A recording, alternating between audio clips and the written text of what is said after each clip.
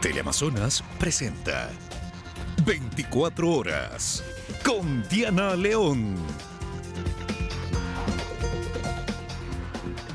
Aquí empezamos, amigos. El presidente Guillermo Lasso dispuso la destitución de Ítalo Cedeño del cargo de gerente de Petroecuador tras hacerse pública la influencia de su esposa en la designación de autoridades de la estatal. El propio Cedeño reconoció la influencia de su esposa en el primer mes de gestión. De que ningún funcionario, menos aún del entorno inmediato del presidente, tiene absolutamente nada que ver con los hechos que se han imputado en estos días. Ninguno. La puesta de manos al fuego duró menos de 24 horas y el gobierno tuvo que tomar decisiones. Que en Petroecuador mandaba a la esposa del gerente, se decía en las redes. La denuncia ya era un secreto a voces, pero tuvo que ser el propio Ítalo Cedeño quien reconozca en el medio digital La Posta que en su primer mes de gestión había recomendaciones en casa. Ella, obviamente por ayudarme, hacía cosas que pueden ser malinterpretadas. Primer mes, único mes. Mi esposa tenía influencia, como me imagino tu esposa también tenga influencia sobre ti, aconsejándote. No, en un cargo público. Pero aconsejándote en casa. Aconsejándote en casa. Mira, tales personas son honestas o tales personas son corruptas, investígalas. Es el consejo típico de una esposa y no está mal. Lapidaria declaración que provocó la reacción inmediata del presidente Lasso, quien a través de su cuenta de Twitter informaba al país que Cedeño quedaba fuera del cargo. De ahí que el gobierno reconoce el error de Cedeño, justifica así la salida. Él se equivocó y el presidente solicitó su salida. Yo creo que todos los funcionarios somos responsables de lo que decimos y aquí no hay 20 personas, ni 15 personas, ni 10 personas que designan a nadie.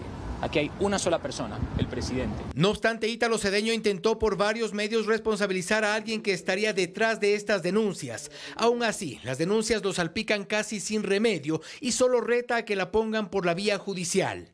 Y si alguien piensa que ella designó a algún funcionario por alguna corruptela, ella la fiscalía. Y es que la filtración de audios de conversaciones de su esposa con funcionarios de Petroecuador, en clara influencia sobre la colocación de funcionarios, lo compromete aún más.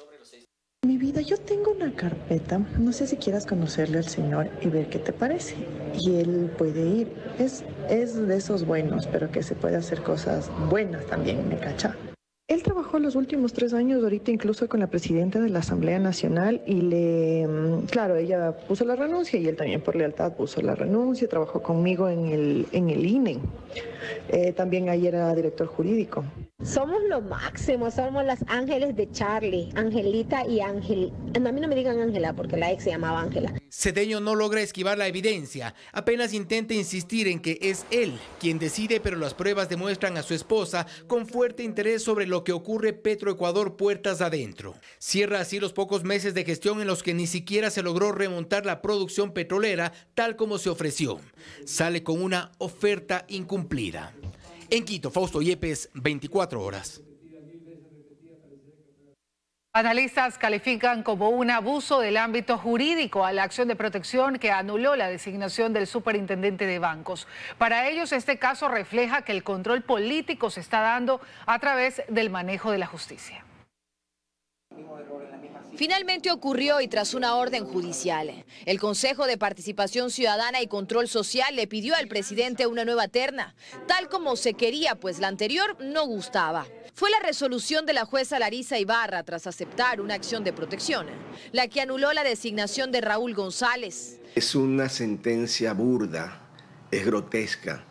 Y lo más grave es que tratan a través de esta sentencia burda y grotesca de resolver una torpeza que viene desde el primer mandatario. A Ollarte le llama la atención la nulidad radical de la que habla Ibarra al referirse a la designación de González. Y le preocupa que en el camino se acepte la apelación que se presentará contra la resolución. ¿Qué ocurre si la Corte Provincial demora su decisión y tenemos un segundo nombramiento? Ambos personeros, es decir, el actual superintendente designado y el nuevo, alegarán que tienen derecho de acceder a ese a ese cargo público. Ambos que han seguido de cerca este tema van más allá. Hablan del control de la justicia desde lo político, a cargo de 3 instituciones. Hay un control absoluto de la justicia por parte del poder político. Está representado hoy en la Presidencia de la República, en el Consejo de Participación y en probablemente el órgano más nefasto que tenemos, que es el Consejo de la Judicatura. Ollarte recuerda que en la Judicatura aún están los consejeros que visitan jueces, que tienen temas delicados por resolver. Hay precedentes, dice. Lo que ocurrió con el presidente de la Corte Nacional de Justicia es grave. Y la cosa queda ahí. ¿Por qué el presidente encargado, señor Murillo, tiene una relación tan cercana aparentemente con el presidente de la República y parece que esto influye en esta clase de casos? Nosotros, el correísmo, lo hacía de frente. Fatal, muy mal, pero lo hacía de frente. Estos son taimados y hacen lo mismo o peor. Pero esta lucha jurídica que resuelve temas políticos podría dar pronto un giro con otro movimiento político, donde solo se necesitan votos. Entonces, lograr mayorías absolutas para destituir funcionarios los hay. Y estaría bien que los echen. El problema no es que echen a estos que no sirven, el problema es a quiénes van a poner. Ollarte ve más allá. Para él, este grave enredo político y jurídico revela que el gobierno no tiene estrategia. Entonces, si tú no puedes dominar el nombramiento de superintendente que sale de tu firme rúbrica, cuidado lo que te va a pasar con procurador. Lo más triste es que todo se da por esto. ¿Por qué? Porque no sabes hacer una terna. Dayana Monroy, 24 horas. La siguiente semana empezarían los diálogos entre la Asamblea y el Gobierno Nacional. Los jefes de bloque y el presidente del Legislativo informaron el primer tema que marcará el inicio de este diálogo. Saquicela se reunió con los jefes de bloque. Allí anunció el inicio del tan esperado diálogo entre el Ejecutivo y Legislativo. Entiendo que la primera reunión de trabajo será ya la próxima semana, a más tardar el día miércoles, y en esa reunión conjunta entre el Ejecutivo y el Legislativo podremos ya dar una hoja de ruta cierta para que conozca el país, que obviamente tiene que ser lo más pronto posible. Y es que la prueba de fuego para estos diálogos será la Ley de Inversiones, normativa que fue negada y archivada en marzo pasado por la mayoría legislativa.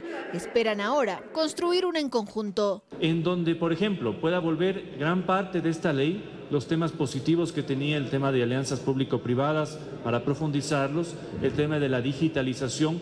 Se excluiría, por supuesto, el libro más complejo y más polémico como fue el del Código Monetario. Las inversiones son necesarias en el país, pero no a costa de renunciar a principios de soberanía económica. Así que yo creo que cualquier mesa de diálogo será buena para establecer puntos de consenso, pero también puntos de disenso. Otro tema que deberán abordar será el de fiscalización, que tiene que ver con los juicios políticos que están en la mesa legislativa. Y el punto es que primero debemos conocer cuáles son los procesos. Lo importante del diálogo, sostienen, es que se pueda llegar a un acuerdo mínimo para que las leyes puedan aprobarse y evitarse los vetos totales.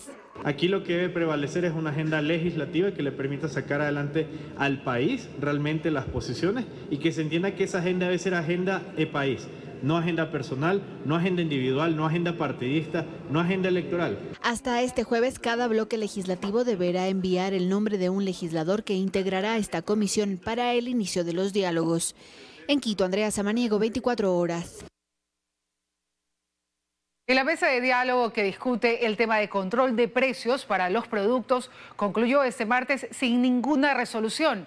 El Gobierno Nacional presentará una propuesta concreta al sector indígena este viernes. Sin embargo, la mesa se reinstalará en una semana.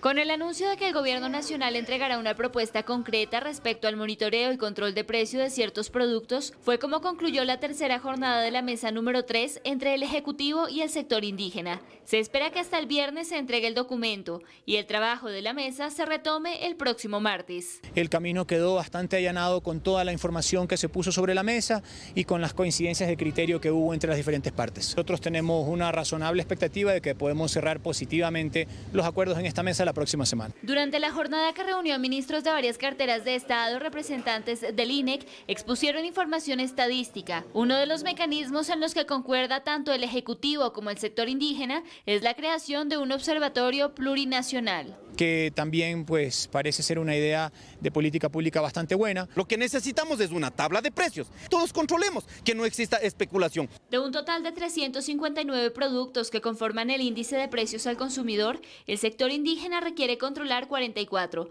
es decir, un 12% de productos de primera necesidad. Una de las líneas rojas de esta discusión son los productos industrializados, pues según el Ejecutivo existen factores externos que afectan directamente al precio. Y mientras el gobierno estima que la próxima semana se llegue a un acuerdo, el sector indígena se muestra renuente. Aseguran que a 20 días de iniciadas las mesas de trabajo en común, los avances han sido prácticamente nulos. El 13 de agosto concluiríamos el primer mes, o sea, agotaría los primeros 30 días.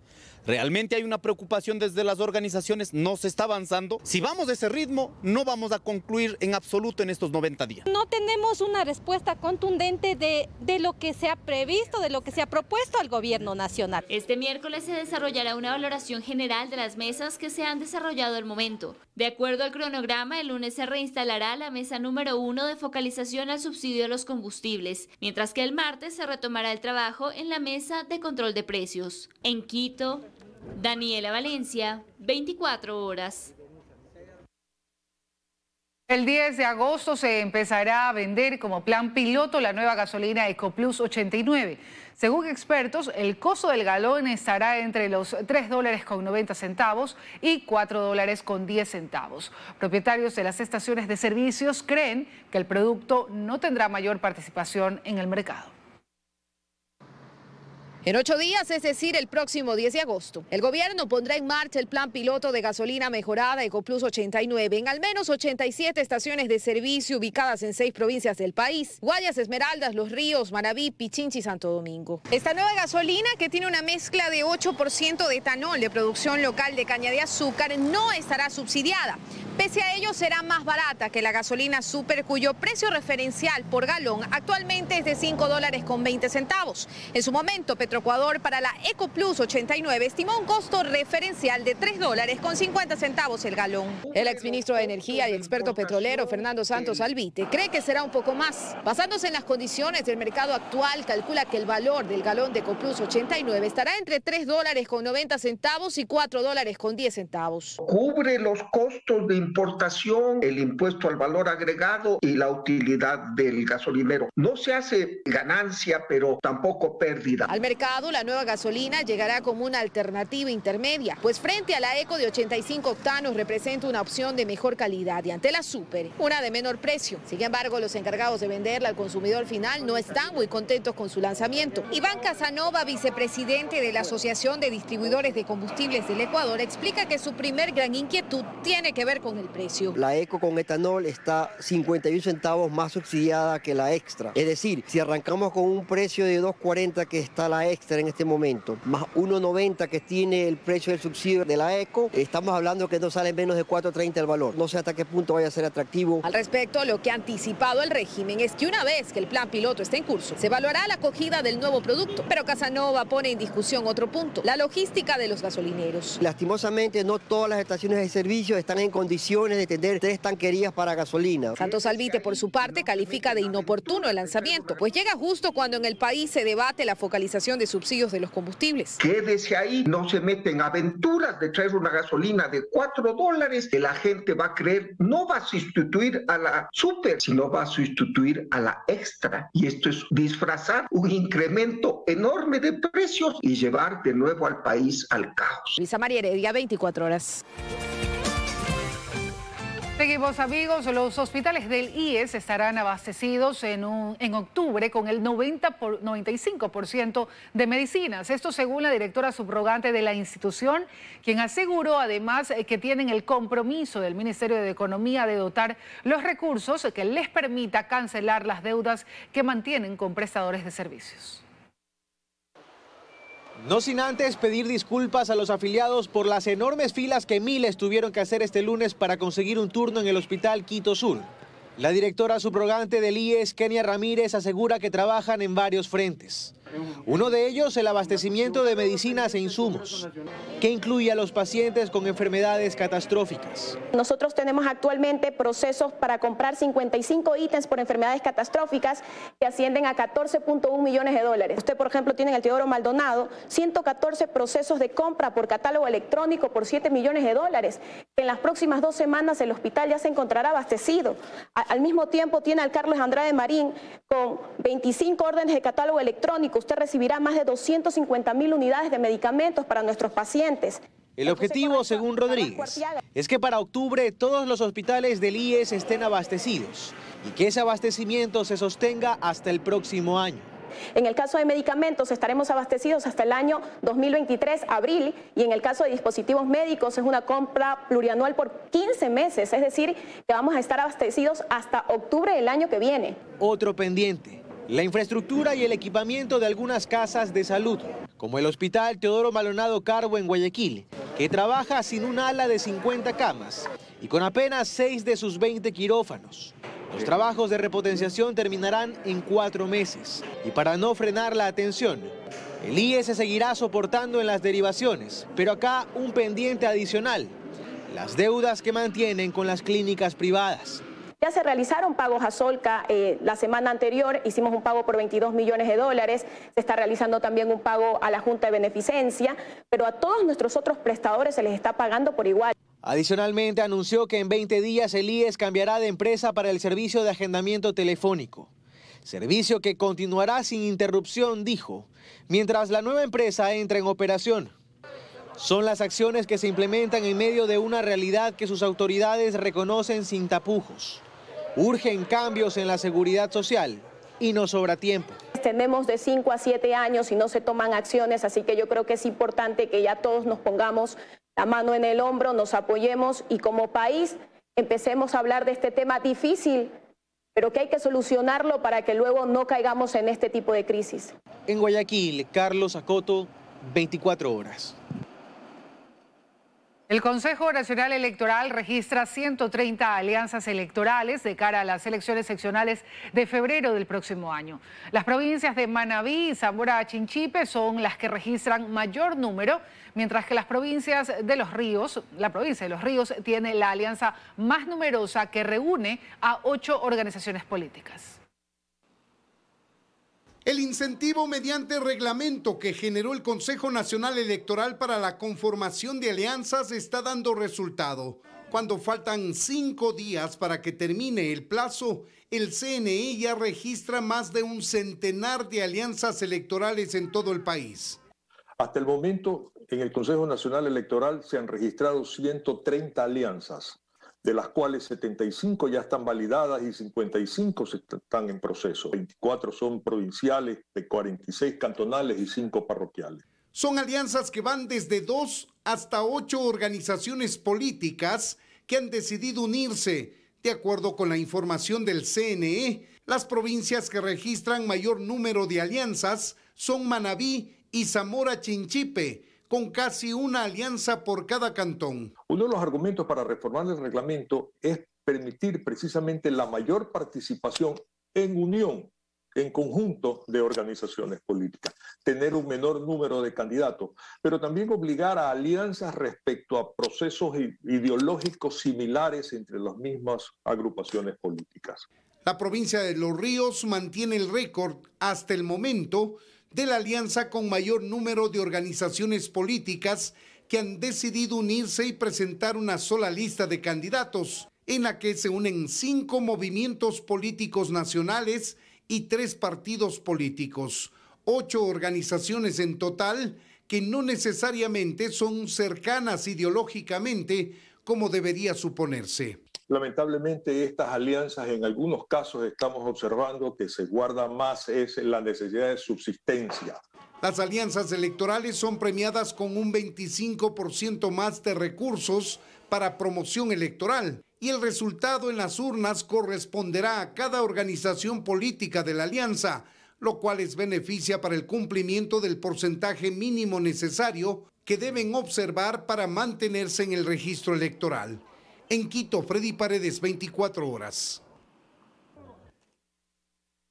El ex candidato a la presidencia de Ecuador, Javier Hervas, anunció su desafiliación de la Izquierda Democrática, partido con el que alcanzó una significativa votación en los comicios presidenciales de 2021. Hervas señaló que la decisión se basa en su desacuerdo a primar intereses individuales dentro de la organización política. Hervas acudió al Consejo Nacional Electoral para presentar su desafiliación. Decisión la tomo porque no puedo ser parte de que se repitan o se desarrollen las mismas prácticas políticas. Esta decisión no tiene ninguna relación con otras organizaciones políticas. Esta decisión la tomo justamente por no ser parte de cómo hoy en día se está conduciendo la política en el Ecuador, y eso pasa por muchos partidos políticos. En las crisis los verdaderos líderes se mantienen. Los verdaderos líderes se mantienen con su gente, no salen corriendo a la primera.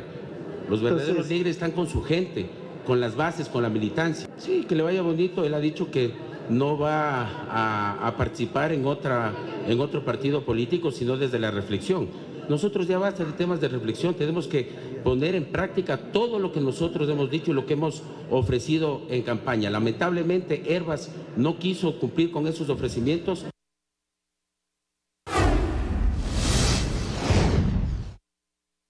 Con cerca de 20 disparos, un hombre fue asesinado en el sur de Guayaquil. Su hijo de 3 años resultó herido. Tras allanar la vivienda de la víctima, la policía encontró cerca de $5 millones.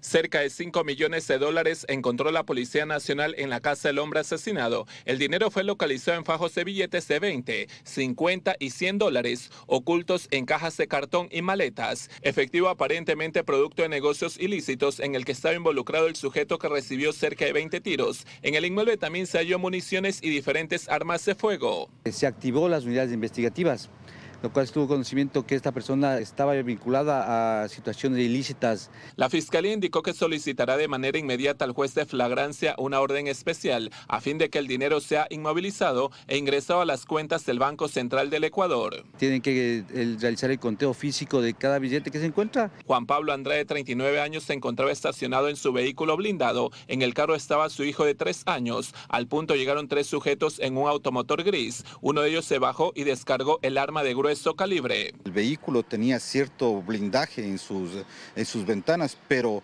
la potencia de la munición no lo ha servido de mucho.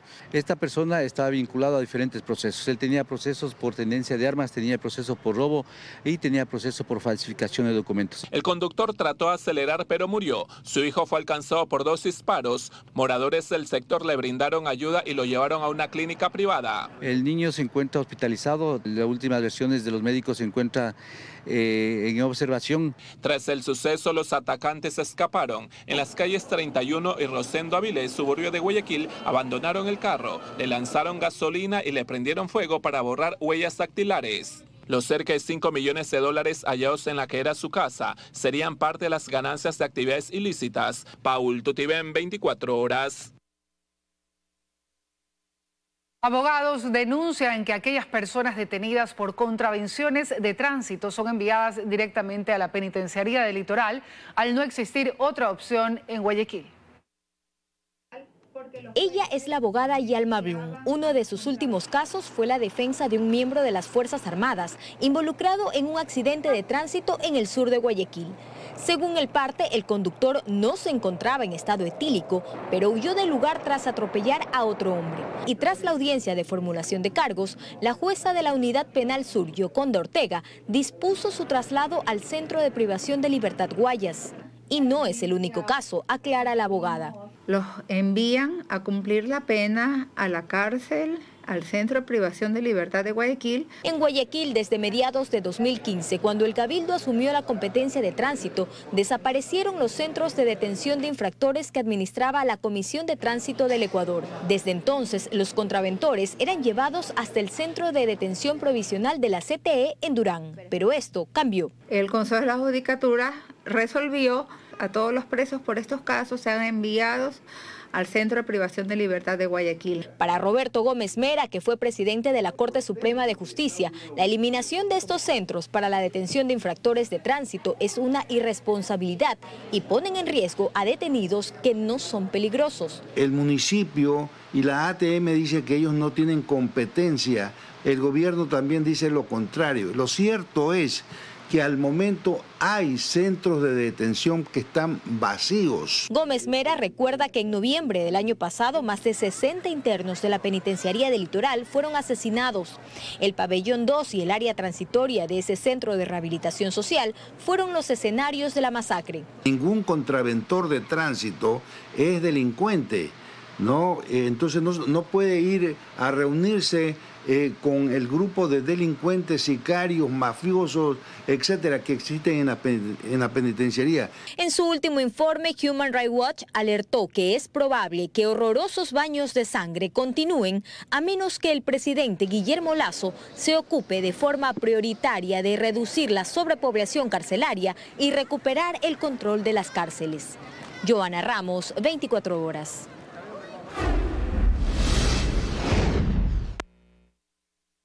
El techo de una iglesia en el sector de Barrio Nuevo colapsó. La estructura no soportó el peso del agua acumulada y granizo.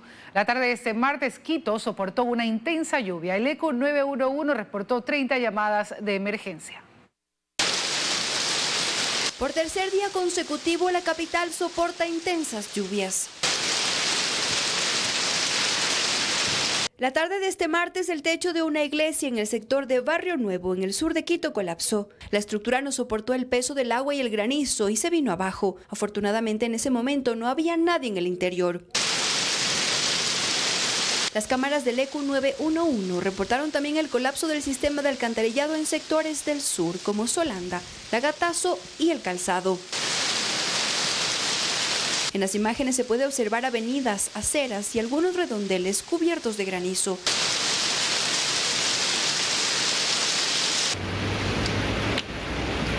Según el ECU, recibieron 30 llamadas por acumulación de agua en estos puntos.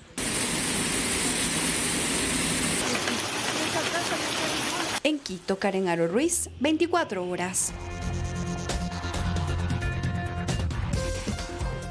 Seguimos, amigos. Desde hoy no será obligatoria la presentación del carnet de vacunación con 2 dosis en los establecimientos no esenciales. Además, el COE Nacional prepara la liberación de los test de COVID para venta directa al público.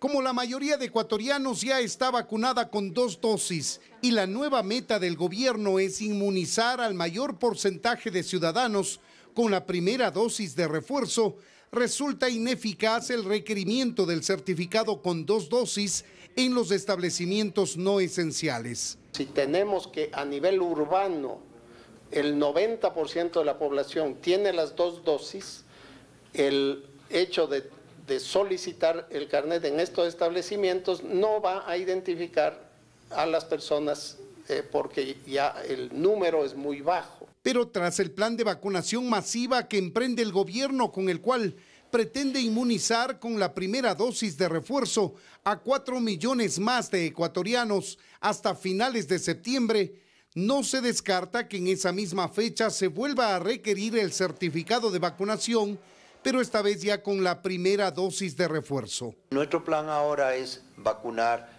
las 2 dosis más la primera de refuerzo, terminar esto aproximadamente el 31 de septiembre vacunando a 10 millones de ecuatorianos. Y por disposición del COE Nacional, se eliminará la normativa vigente que prohíbe la venta directa de las pruebas de COVID-19 directamente al público, para dar paso al autotest de los ciudadanos y al autorreporte de ese resultado. Pueden ser pruebas nasofaríngeas, pueden ser pruebas de otro tipo, que ya tienen registro sanitario en el país y que se permitirá la venta en farmacias. Lógicamente estos resultados no entran al sistema oficial del ministerio, que requieren un laboratorio calificado, una prueba PCR, pero nos sirven de información trazadora para identificar cómo están los procesos. Aún deben eliminar la normativa que prohíbe y determinar qué pruebas pueden salir a la venta al público, así como el mecanismo para transmitir el resultado al Ministerio de Salud. En Quito, Freddy Paredes, 24 horas. Por tu salud. Hola amigos, muy buenas noches, bienvenidos nuevamente a su segmento Por tu Salud. Soy el doctor Esteban Ortiz y hoy hablaremos sobre cuán rápida es la transmisibilidad del virus del SARS-CoV-2, cómo ha cambiado, cómo ha evolucionado. Recordarán ustedes que en este mismo segmento hablábamos del famoso número de reproducción, este número básico que nos permite estimar cuántas personas pueden contagiarse de una persona contagiada. El número de reproducción sirve para describir la intensidad de una enfermedad infecciosa, pues en la pandemia lo hemos descrito desde el inicio. ¿Cómo nosotros lo calculamos? Pues usualmente con los casos diarios que tenemos día a día, cuánta gente se contagia, etc. En este caso, pues el periodo de contagio al inicio de la pandemia era pues aproximadamente entre 2 a 4, en lo peor de los picos de la pandemia. Pero claro, después de esto, las variantes vienen aprendiendo a cómo evadir el sistema inmunológico y se vuelven muchísimo más contagiosas. Un ejemplo, si es que yo tengo un R0, digamos de 10, una persona enferma puede contagiar a 10 personas adicionales y cada una de esas a 10 más, asumiendo pues que todas estas son susceptibles. No necesariamente aplica esto a las personas que nos hemos vacunado o que ya hemos superado la infección previa. Es decir, estos números importantísimos son los que vienen cambiando. 2.4, 3.6, parecía que era muy difícil controlar este tipo, digamos, de virus con esa velocidad de transmisión, pero hoy por hoy, pues vean ustedes que con la llegada ya de Delta tuvimos una sorpresa ingrata. ¿Por qué? Porque este número básico de reproducción llegó a subir por encima de 6, en algunos casos llegaba a subir por encima de 10. Vean ustedes aquí una lista de todas las variantes y su famoso R0. Les voy a enseñar a ustedes muy brevemente cómo nosotros podemos ver que Ómicron, BA.4 y BA.5, la que actualmente está circulando en el país, tiene un R0 de entre 16 hasta 18.6 según las estimaciones. Es decir, si yo estaría contagiado, yo puedo contagiar a 18 personas susceptibles y esas personas susceptibles que se han infectado pueden contagiar a 18 personas más. Hagan ustedes los cálculos matemáticos de en 10 días cuántos contagios nuevos podríamos tener simplemente pues, de tener una persona susceptible e infecciosa. ¿Cómo nosotros reducimos la susceptibilidad?